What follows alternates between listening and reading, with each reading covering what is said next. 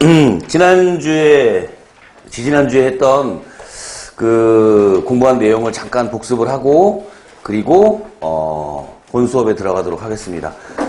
그리고 지금 단원별 개념별 문제 모음 해가지고 문제지를 다 받았을 거예요. 그죠? 문제지 풀어보시고, 그 다음에 우리 인터넷 강의 듣는 학생들은 이것들을 다 업로드를 해놓을 테니까 나중에 다 다운로드 하셔가지고 풀어보시고, 그 다음에 답 체킹은 맨 마지막 시간에 제가 답을 체킹을 해드릴게요. 아시겠죠, 오늘? 그러니까 틈틈이, 좀 일찍 오셔가지고 푼 학생들도 있는데, 좀 시간 맞춰 오신 학생들은, 좀 쉬는 시간에 좀 풀어보시고, 그 다음에 마지막에 좀 체킹을 할 수 있도록 그렇게 진행을 하도록 하겠습니다. 자, 그러면 지난주에 배웠던 내용들, 자꾸 지난주라 그러네요. 그죠? 지난 시간에 그러면 배웠던 내용들을 잠깐 체크를 한번 해볼게요. 첫 시간에 일단 화학이 화학이라는 과목에서는 뭘 공부할 거냐라는 걸로 시작을 했는데, 화학이 뭐였어요, 여러분?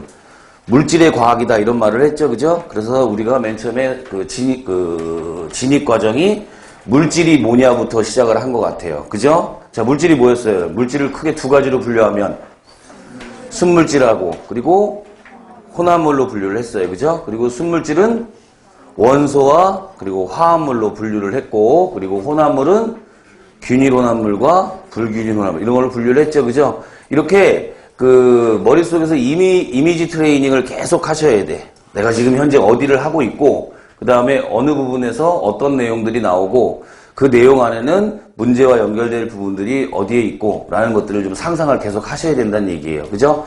자, 이렇게 물질을 분류해 놓고 딱 보면은, 뭐가 중요하냐면 얘들이 굉장히 중요해요. 그죠? 그 중에서 제가 지난 시간에 굉장히 신경 썼던 그 용어 중에 하나가 뭐였냐면, 화합물이었어요. 화합물.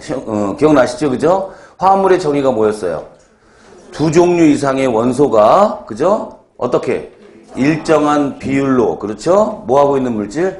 결합하고 있는 물질. 이걸 우리가 화합물이라고 했다라는 정의 꼭 기억하시고, 그 정의 내용뿐만 아니라 그 안에 들어가는 키워드들을 우리가 두 가지를 딱 체크를 했어요. 그죠? 첫 번째가 뭐였냐면, 일정한 비율. 그 비율은 무슨 비율과 무슨 비율로 우리가 분리해서 좀 따져봤어요. 자, 몰수비와 그리고 질량비로 나누어서 좀 생각을 해봤죠. 그죠? 몰수비는 어떻게 대응이 된다? 원소기호 하첨자에 관계해가지고 비례관계에 있다. 이렇게 얘기했고요. 맞습니까? 그 다음에 두 번째 질량비율을 알려면 어떤 물리량을 알아야 되냐면 원자량이라는 걸 알아야 돼요. 그죠? 원자량은 또 뭐하고 관련이 있어요? 원자번호와 밀접한 관계가 있죠. 그죠? 대략적으로 보면 우리가 보통 1번부터 20번까지의 원소들을 쭉 기억을 하고 있어요. 우리 학창시절에 좀 외웠던 것 같아. 그죠? 그럼 원자량은 어느 정도의 관계를 가지고 있냐면 원자번호의 약 2배 정도 돼요. 여러분 2배 정도. 그죠? 원자번호의 2배가 된다라는 의미는 바로 뭐예요? 원자번호가 그 원자가 가지고 있는 무슨 수와 관계가 있어요? 양성자 수와 관련이 있어요. 그죠? 그리고 원자량에 해당하는 질량수는 양성자수와 중성자수의 합이에요. 그죠? 근데 이렇게 원자번호가, 질량수의 2분의 1, 즉, 질량수가 원자번호의 2배 정도 된다는 이야기는 양성자 개수하고 중성자 개수가 어때요? 거의 비슷한 개수로 존재하고 있다라는 걸 의미한다 이런 얘기죠. 그죠? 이렇게 좀 표현을 좀 달리해서 나올 수도 있어요. 그죠? 다 알고 있는 내용인데 그런 것들을 좀 풀어서 해석하는 방법도 좀 고민을 하셔야 돼. 자, 원자량을 알게 되면 우리는 드디어 화합물 내에서 질량비를 계산해낼 수가 있어요. 그죠? 대표적인 예가 H2O로 예를 들어드렸는데, 그죠? 머릿속에 상상해 봅시다. H2O, 물 분자거든요. 대표적인 화합물이에요. 그죠? 자, 이 물이라고 하는 화합물을 구성하고 있는 원소의 종류는 몇 종류예요? 2종류죠. 그죠? 그 수소와 산소라고 하는 원소로 구성되어 있는데, 수소와 산소의 몰수비는 몇 대 몇?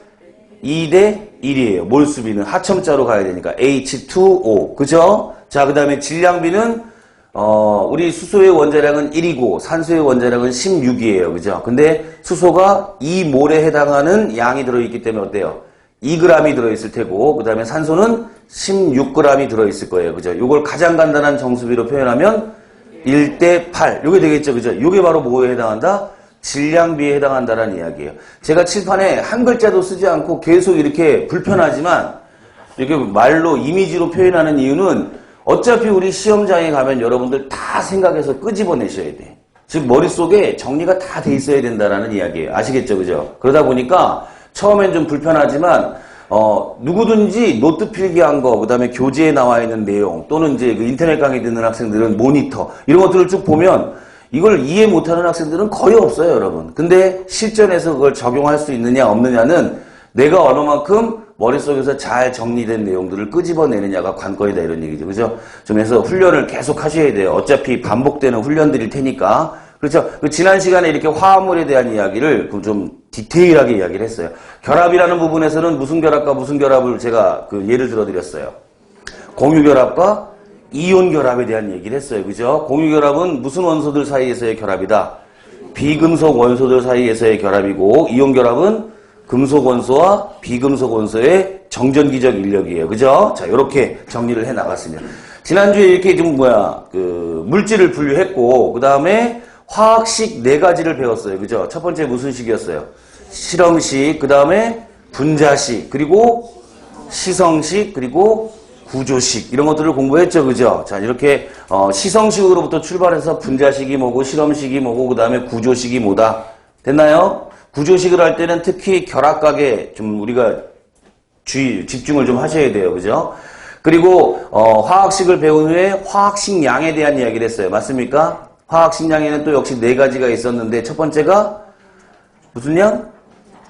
원자량, 그죠? 원자량. 두 번째가 분자량. 세 번째가 실험식량. 네 번째가 이온식량. 이렇게 공부를 했죠. 그죠? 특히 원자량에서 좀 집중적으로 탐구를 했는데, 원자량의 기준이 누구더라?